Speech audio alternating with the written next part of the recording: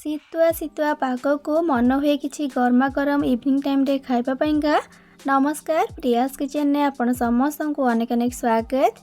एबे तो शीत दिन चली मार्केट सारा देखिए खाली सस्तार फूलकोबी मिलूची। आउ से फूलकोबी रे किछि नुआ कम टाइम रे कम सामग्री रे बनिला भली आइटम बनैबा को इच्छा हेले मु तो कहबे रेसिपीटी बेस्ट रहिबो। मु आज आपण मानक सहित फूलकोबी पकुड़ी रेसिपी शेयर करिया पे नेके आछि। आशा करछि आपण मानक निश्चय रेसिपीटी भल लागिबो। भल लागिले प्लीज वीडियोटी को लाइक करिवे, सांग मानक सहित शेयर करिवे। चैनल नुआ थिले प्लीज चैनल को सब्सक्राइब करनेबे।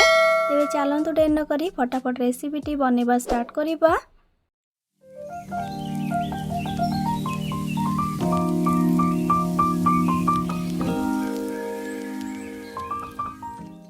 फूलकोबी पकुड़ी बनवाई प्रथम ये देखो मु कड़ई रे किछि पानी को देकी गरम करनी। एबे से दौची गोटे छोट चामच लुण आ ता सहित देदेबा ये फूलकोबी को। एठी मु 500 ग्राम कोबी को नहीं। एबे टिके हल्का मिसई देकी गैस फ्लेम को हाई करके हाई फ्लेम रे कोबी को 3 ରୁ 4 मिनट खंडे बॉयल होगा छाड़िबा। 3 ରୁ 4 मिनट पर ये देखो कोबी आमर ये अधा अधी सीझी गलानी, माने 40 ରୁ 50% भाया बॉयल हो गलानी।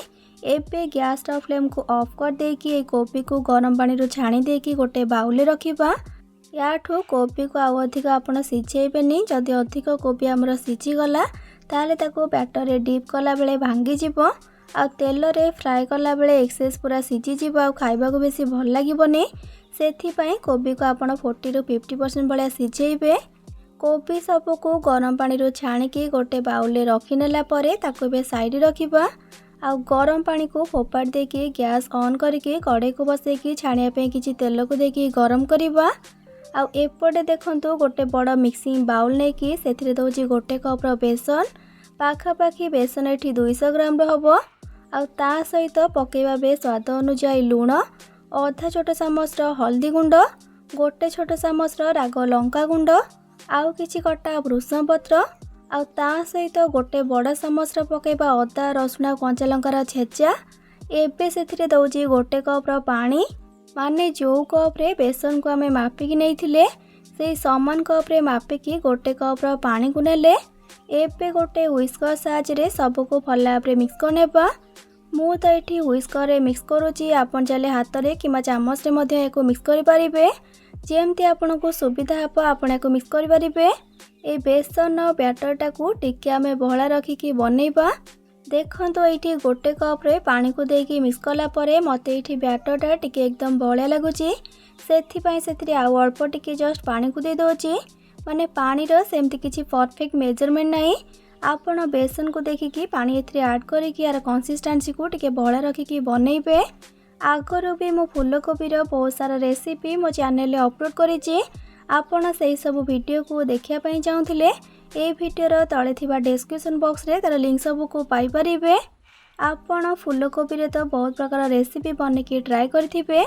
थरे एपरि उपारे फूलकोबी पकुड़ी को बनेकी ट्राई करंतु। देखिए घर प्रत्येकटी मेम्बर या खाइबा को पसंद करेंगे, से छोट हूँ बा बड़। एमती या मिक्स करवा जमती किसी भी लम्स रहबनी एथिरे। एठी देखंतो बैटर कंसिस्टेंसी मुझे केमती रखी टिके बहला रखिकी मुझे बनई, जहाद्वारा फूलकोबी को एथिरे डीप कला परे से भल से पूरा लागिकी रहिबो। एपटे देखंतो तेलटा हमर भल भाबरे गरम हो गलानी, माने कड़े को गैस ऊपर बसेकी सेथिरे छाणिया पई किछि रिफाइन तेल को देकी हाई फ्लेम रे भल भाबरे पूरा गरम कर नहीं। आ तेलटा भल से एकदम गरम होला परे तापर सेथिरे बनेकी रखिथिबा बेसन बैटर रे फूलकोबी को डीप करके आनिकी तेल रे देबा।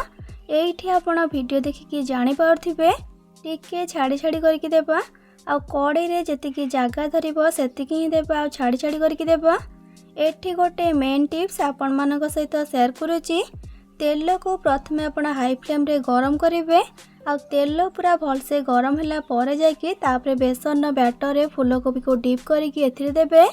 कारण तेल जदि भल भाबरे गरम न होइथिबो आ सेते बेले जदि आपण कोबी को ऐड करनेबे ताले फूलकोबी रे लागिथिबा बेसन कोटिंगटा खोली जिवो, किंबा कोबी पकोड़ी रो तेल बिल्कुल भी छाड़ीबोनी। माने टोटल प्रोसेसटा आमे स्टार्टिंग रू एंडिंग जाए हाई फ्लेम रे करिबा। बेसन बैटर रे डीप करके फूलकोबी को देला परे हाई फ्लेम रे 2 ରୁ 3 मिनट खंडे टिके छाड़िबा फ्राए हेबा को।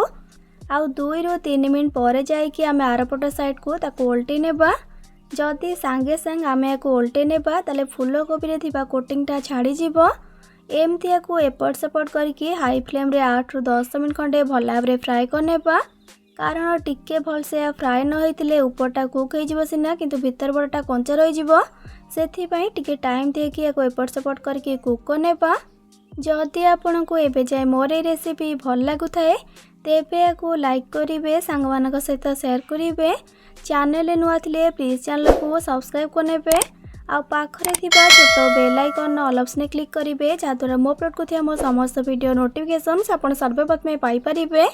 एठी देखंतु हाई फ्लेम रे एपट सेपट करके कुक कला परे एठी हमर एबे फूलकोबी पकोड़ी रेडी गलानी। ए पकोड़ीटा एकदम बाहर क्रिस्पी आ भीतर पूरा नरम है कि बनी थाए जहाँकि खाइबा को बहुत बढ़िया लगी थाए। एबे याको अधिक न फ्राए करके ताको तेलरू छाणिकी गोटे प्लेट रखी नेबा। आउ ए सेम प्रोसेस रे बाकी सब फूलकोबी पकोड़ी को बनैकी रेडी करनेबा। तेबे आपण ए शीतुआ पागरे एपरी गरमा गरम फूलकोबी पकोड़ी को बनैकी ट्राए करंतु। आ बनैकी खाई साला परे किपर लागिला कमेंट सेक्शन में जणाय पय जमा भी भूलिबेनी। भल लागिथिले प्लीज वीडियोटी को लाइक करिवे, सांग मानक सहित शेयर करिवे। चैनल नुआ थिले प्लीज चैनल को सब्सक्राइब करनेबे। आ पाखरे थिबा छोटो bell icon all option click करिवे जाद्वारा मो अपलोड करथिया मो समस्त वीडियो नोटिफिकेशंस आपण सर्वप्रथमे पाई परिबे। तेबे आजि पई रहउची पुणी आसीबी नुआ एक रेसिपी नै कि से पर्यंत रहिली। लव यू ऑल, जय जगन्नाथ।